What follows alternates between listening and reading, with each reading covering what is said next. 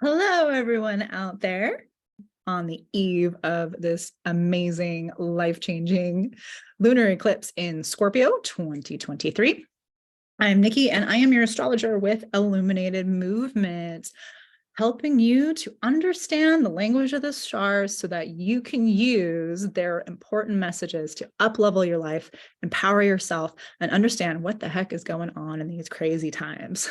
So, let's get into it.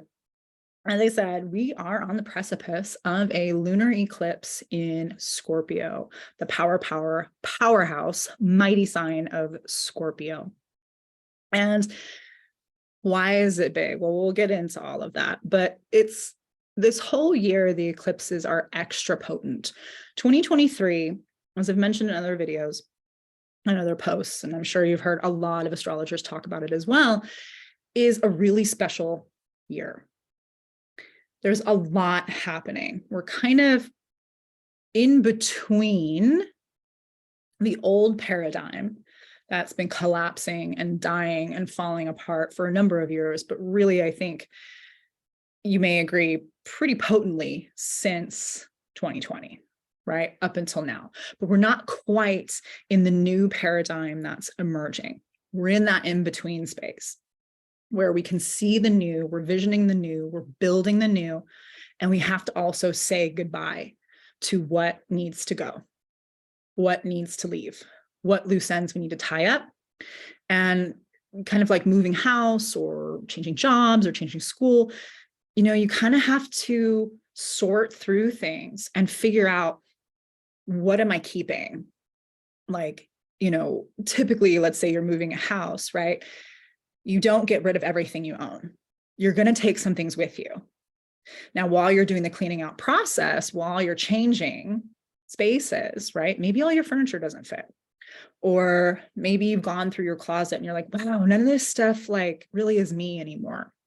Or maybe you look at, the things in your kitchen and you're like, wow, these are broken. Why am I holding this stuff, right? And then there's some things that are really, really valuable, things that you spend time packaging lovingly, and you're like, packing them in feathers and styrofoam and whatever else. And you're going to personally carry it because it means so much to you. So that's where we are. We're in that process of packing up and going through, what are we taking and what are we leaving behind? And it's a lot. It's a lot. We're not just doing that individually, although that is definitely happening. We're doing it socially. We're doing it globally. We're doing it collectively, and it is freaking huge. And for most of this year, the planet Pluto, which represents the evolution of the soul, the collective shifts and changes and transformations, the death and rebirth archetype, is squaring the nodes of fate almost all of 2023, which is not common. And it's also happening in what are called the fixed signs. So in astrology, there's 3 types of energies. There's 4 elements, right? Fire, earth, air, and water. And there's 3 what we call modes or modalities. And each of those clusters of elements has a different way it expresses itself. So for example, the fire signs, right? They're Aries, Leo, Sagittarius. Right? Not forgetting one, am I? No. It's so funny. Every once in a while, it's the simple things. And I think, oh my gosh, should I not say that? Anyhow, they have distinct energies, right? Yes, they're all fire, but an Aries is really not like a Sagittarius. They're different. And they're certainly really not like a Leo. And there's reasons for that. There's a cardinal energy, which means I initiate things, I start things, I get them off the ground, it's ready to go. It's like the motivational speaker that's like, we can get this going, right? Then you have the fixed signs, which are, I'm taking all that energy and I'm making it its apex. I'm making it its peak. I'm going to make it the biggest, highest, best expression possible. I'm going to sustain it, and I'm just going to make it like the cherry on the top of the sundae, right? And then we have the mutable signs, which come along and they say, well, yeah, that sundae is really great, but it'd be so much better if we had 2 spoons in it, or 3 or 4, or however many. Let's share them, right? Or let's share your idea of putting a chocolate covered cherry on the top, whatever it is. They take that and they share it. right? So we have the initiating signs, we have the sustaining signs, and we have the sharing signs. The sharing signs also are the ones that kind of break things down and disperse them out. Well, we're having these eclipses up until July in the fixed signs, squaring Pluto, which is also in a fixed sign. So we have all the fixed, like stability, the apex energy, kind of shaky right now. It's kind of crumbly, it's kind of wobbly, and that freaks out the fixed signs, right? They spent all that time making their perfect Sunday. They don't want it to melt. they want it to stay there. Okay. But a Sunday's not going to stay there forever, right? It's going to melt, it's going to get eaten, it's going to whatever. And so we're at a precipice where there's so many things that we thought we could count on, that we thought were stable, that we thought would be there forever, that we worked so hard to achieve, right? Because these are also the very hardworking signs that put their all into things. And now we're being asked to let go of them. We're being asked to reimagine them. We're being asked to, you know, the analogy I used at the beginning, like leave stuff behind. And so that can be a bit challenging. This past year and a half could have been a bit difficult to move through this, like, oh my gosh, like, do I really have to leave all this behind? And the answer is yes.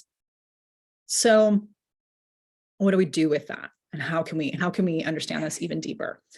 Taking a look at where the eclipse is happening and where the nodes are. So I'm going to share my screen. And I'll show you the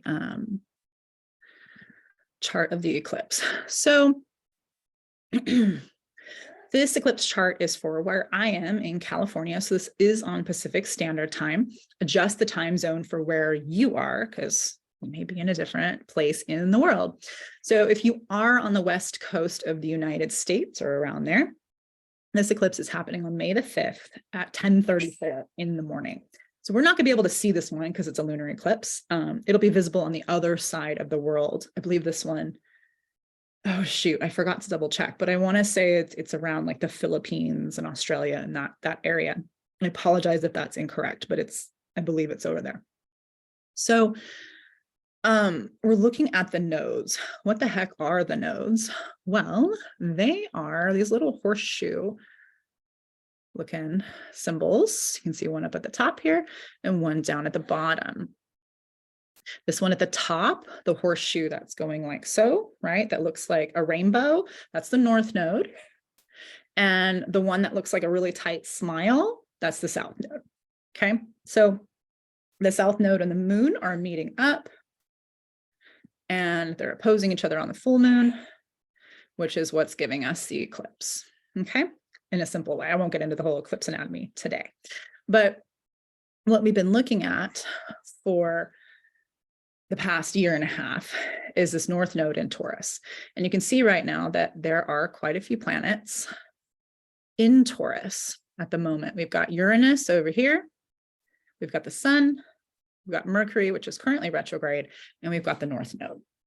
So we've got a lot of energy in Taurus right now. And Taurus is a great sign. I think it's one of the ones that gets a little bit misunderstood because, sorry, I have a parrot, and sometimes when I do these channelings, she likes to put in her 2 cents. She likes to talk. So I apologize for that. So the archetype of Taurus is sometimes a little bit underplayed. It's a little, people will say boring, because Taurus represents, amongst other things, simplicity, the simple pleasures in life. And I guess maybe this comes more from being, in the United States, in California, that simple pleasures are often, I am going to say it like that, looked down upon. Like, oh, that's nice. Because I think in California, and I'm only speaking from this perspective, but I think this plays out in other places, we see a lot of the shadow side of Taurus, particularly when you think of like Hollywood, for example. You see the greed, you see the hoarding, you see the obsession with luxury, whatever that means. And, in some circles, that means owning 600 pairs of Louboutins, or, all of your bathrobes and your kids' underwear or Versace or whatever, and that's like status and wealth and fame and all those kinds of things are really, I think, overvalued. And not all of those things relate to Taurus, but a lot of them do. And, we forget that the simple luxuries are really, really important. Like, how amazing is it to feel good in your body?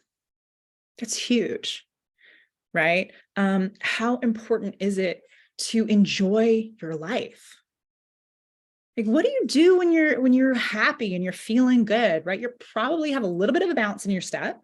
You're smiling, maybe you're humming a tune, or you're singing a song, or you're dancing, right? Or maybe you're enjoying a great meal with people. Those are all Taurus things, right? That's Taurus land. Taurus is about celebrating being alive in a body. That's what it really is. And I might be a little bit biased because I have my sun in Taurus, but I don't think that is celebrated enough, or at least it hasn't been. And when Uranus came in a few years back, this little satellite-ish looking guy over here, I think for a lot of people kind of showed us, wow, where are we putting our values? Taurus is also about what we value, what we think is worthwhile and worthy. Okay, because Taurus rules, or being ruled by Venus, has to do with what we attract, what we can accumulate, and what we value. And again, what we think is worth. Now, this also has to do with the self. So this is a question. Do you think that you existing is worthy? And some people really struggle with that. And if you're one of those people, you're not alone. And I want to tell you that, yes, you are worthy just because you exist. Okay. That doesn't mean you can just be lazy and do nothing, but you don't have to be something you're not, or attain something you're not, to have worth. The Reverend Michael Beckwith has a saying that I love, and I remind myself whenever I'm not feeling my best, that you are on purpose with a purpose. Okay, so over the past year and a half, we've been looking at these things like, what are things that are valuable, right? When the pandemic happened and all of that went on, a lot of people started to question, wow, is it really worth my time to go to this job that I hate? Is it really worth my health and well-being to eat fast food all day and sit in a car, yelling at people in traffic? Is that really worth it? Maybe it is, maybe it isn't. Okay, that's not a judgment, but it's asking those questions. So we've been really dealing with these themes, and body sovereignty. That's been coming up a lot, whether we're talking about getting the poke, or we're talking about, your wellness in general. We're talking about reproductive rights. We're talking about all of those kinds of things. No matter where you stand on those issues, they have been coming up again for reflection.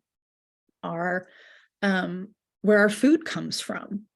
There's huge things going on in the world right now around food. And there are some people in this world that are very shadow Pluto, right? Negative Pluto traits, negative Scorpio traits, because Pluto is the modern ruler of Scorpio, that are trying to take the power away from the people to grow their own healthy food. That's not okay.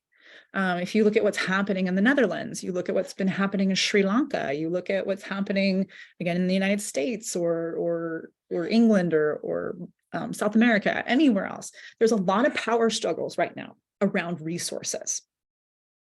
And I think it's also been showing us, more and more people, and there have been people who have been doing this the whole time, but more and more people are questioning, well, what is the ingredient in this? What is the effect on my body? Where is my food grown? Why are we getting, something shipped to us from 7 continents away? Well, that's too many continents, but you get my point. When I could go down the street and get it from a neighbor, And again, we're reestablishing those kinds of values. So all of that has been going on. And I think it's really, really important to look again at how much progress you've made in those areas or not. And if you haven't made progress, the window of opportunity is closing. So do it now. Okay. If you have been making progress, that's awesome. Keep going. This will be a little bit easier for you to let go of things. But moving down to Scorpio here, Scorpio represents down here. Scorpio is the alchemist, the archetype of the shaman. And, you know, the alchemist takes one thing and turns it into another. Turns lead into gold is the famous, right, alchemy lore. Obviously, it's more complex than that, but that's one example. The shaman is the one that you go to for healing, amongst other things. And shamans are the ones that can walk between worlds, right? They have had near-death experiences. They are the ones that understand the balance between, you know, the light and the dark forces that are present in our 3D consciousness reality. They are here, whether people want to admit them or not. And the sign of Scorpio knows that. And Scorpio gets a bad rap, right? People tend to be leery and afraid of Scorpio, which is kind of misinformed and unfortunate, I think. I happen to love Scorpio. I think it's an incredible archetype. And it's one that's so important because it deals with things that, you know, maybe we don't want to look at, or deal with, but that are extremely important. Scorpio is intense. It's deep. It's about power. It's about merging. It's emotional. It deals with cleansing the body of toxicity, right? So we're talking about some of those things earlier. It, on the axis of Taurus and Scorpio, it is the money axis. It is the resources axis. What's mine, Taurus, and what's ours, right? Or yours, other people's, Scorpio. And so part of what's been going on here with the South Node moving through Scorpio, representing the things we need to let go of, that we need to eliminate, that we need to transform into something else, transmute into something else, is power struggles. You know, where do we give our power? Are we letting other people have too much power over what we say and do, or how we live our lives? Right? Scorpio is reminding us to let go of that, to step into the place where we understand that we are sovereign and we are powerful. We are the alchemist, the shaman, the phoenix rising from the ashes. These are very, very powerful symbols. Right? These are very powerful archetypes. And within us, we are all 12 of the signs, all 12 of the archetypes. Some of us have more Scorpio or not, depending on the time of the year when the planets are or not. We'll highlight or activate this more or not. But right now, for everyone on the planet, these are some of the themes that are coming up. And we have the chance and the opportunity to really step into our inner badass, right? To really be powerful, not power over others. That's different. That's shadow Scorpio. That's Scorpio not showing up in its best, right? That's Pluto not being its best. We're moving past that stuff in the new paradigm. That's not what it's about. But we have this chance to look at, you know, patterns that are no longer working. And that could include relationships, that could include jobs, that could include things in your home, with your social circle, with your health routines, whatever it is. I'm going to go out on a limb and say, you know what they are, right? It's whether or not you can take your own hero's journey, get into the underworld and face them. Pluto is also, or not Pluto, Scorpio is also traditionally ruled by Mars. Mars is our courage, it's our will, it's our drive, okay? It's our bravery. So we can do this, we really can. And so with this full moon eclipse, going back to the Taurus side, So up here at the top, remember, Taurus is kind of a slow sign. It takes a long time to get where it's going, but Taurus understands that anything that's sustainable, anything that's long-term, anything that's really, really worthwhile takes time. So it's slow and steady wins the race. Okay, so, you know, even though it might be tempting to like blow up your entire life, which would be Uranus. I'll talk about Uranus more in a second. Don't, okay, unless it's really, really necessary and that's part of your evolutionary path, but like, you don't have to do that. Take a small step, whatever that is for you. Start adding things that are for your well-being if you haven't already. If you've been doing that, awesome, keep going. Okay, Taurus will remind you to keep going, even when, you know, the fears show up, because Scorpio sometimes can bring up fear. Pluto can sometimes bring up fear. And, you know, I love the saying by Carl Jung, who was not only a brilliant psychotherapist, but also a brilliant astrologer. He says, where your fear is, there is your task. Okay, so this is an invitation to go there and to get into your task, right? Quickly on Uranus, you know, again, Uranus is another planet that sometimes, especially now, can get a bad rap. When you read about astrology online or hear certain things, everyone's always afraid of Uranus. Oh my God, it's sudden shocking changes like the tower in Tarot. And it's like, oh my God, no, not Uranus. Well, that's a misunderstanding of Uranus. Uranus, yes, can produce these kind of out of the blue lightning bolts, holy cow, lightning just struck me moment, which can be a really brilliant, amazing thing, right? It kind of just depends on what we're talking about. You know, but the thing is with Uranus is that usually these things don't come out of nowhere. Like lightning really doesn't come out of nowhere, right? An idea really doesn't just come from nowhere. A tower moment really doesn't come from nowhere, right? There are signs prior to that. It's whether or not we're paying attention to them.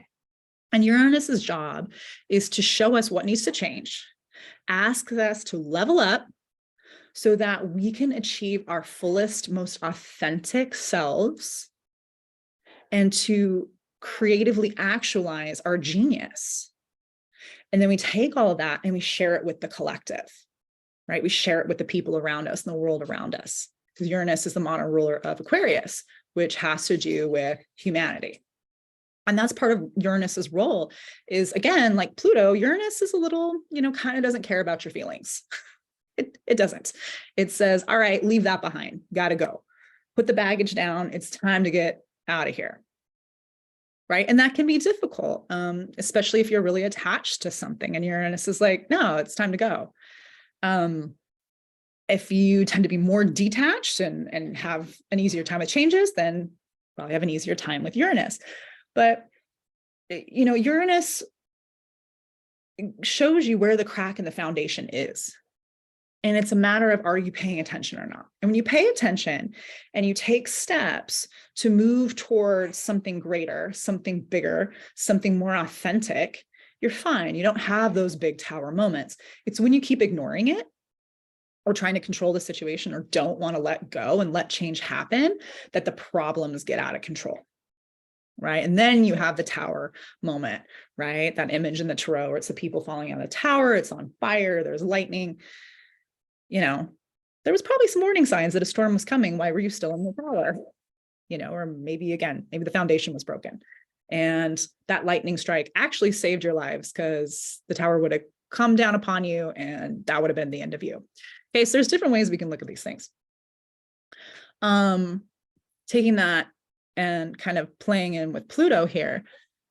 Pluto in Aquarius, right, is retrograde right now, which I don't have time to go into that. So I'll make that a whole other video, but Pluto in Aquarius is, you know, also showing us where we can no longer hide things that are from the shadows that need to fall, the things from Capricorn, right, which is external authorities, laws, governments, corporations, things like that on the world stage. Wherever they don't have integrity, they're going to fall. So, you know, look at the things in your life that don't have integrity and do something about them if you can. You know, if it's something that has to do with you personally, if it's something out of your control, like, you know, a global situation that you personally maybe can't go in and single-handedly change, keep changing yourself, keep putting good intentions forward for the vision, right? Uranus is the visionary, in Aquarius, also the visionary for humanity that you want to see, the new paradigm, the new way of living that you want to see. Keep actualizing those things, right? It's Taurus. So slow and steady will win the race there. So to close all this out, stop sharing. Oh, I'm so sorry. I really wish she wasn't screeching today, but she is. So there we have it. Life is crazy. To close all this out, you know, getting to your authenticity, getting to your most fulfilling life, getting to those places where you feel fulfilled, you feel self-actualized, you can look at the world around you and feel pretty good about where it's going and what your contribution is, whatever that is, no matter how small or insignificant it seems, it doesn't matter. I'm going to go back and say it again. You are on purpose with a purpose, right? Reverend Michael Beckwith, you are on purpose with a purpose. You can go through the underworld. You can slay your own personal dragons. You can do those things. You have the power within you to do that. You can face your fears and come out on the other side triumphant. You really can, no matter what it looks like. Okay, no matter how scary some of that can be, trust in life, right? Taurus represents the life force, the embodied force. Trust that there is something out there that loves you and that is for you and that will help you. Because I promise it's there. So I'm wishing you all a wonderful, amazing lunar eclipse in Scorpio. I'll be back soon with more videos on how the planets are changing and how you can best harness that energy to make yourself the best version of yourself you can be.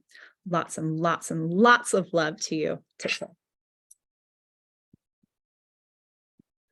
Bird, I'm going to